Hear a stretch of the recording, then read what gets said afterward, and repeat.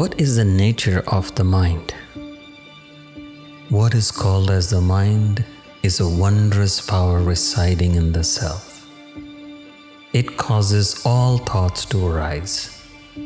Apart from thoughts, there is no such thing called as a mind.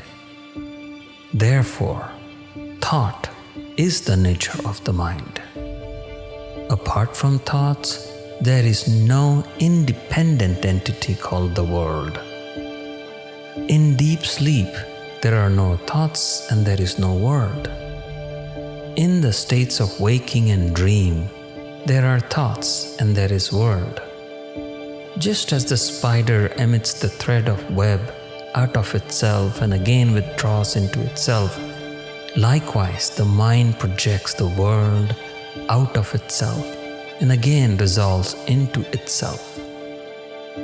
When the mind comes out of the self, the world appears.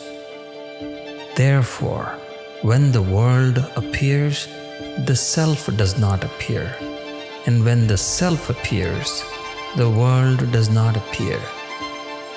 When one persistently inquires into the nature of the mind will end, leaving the self as a residue.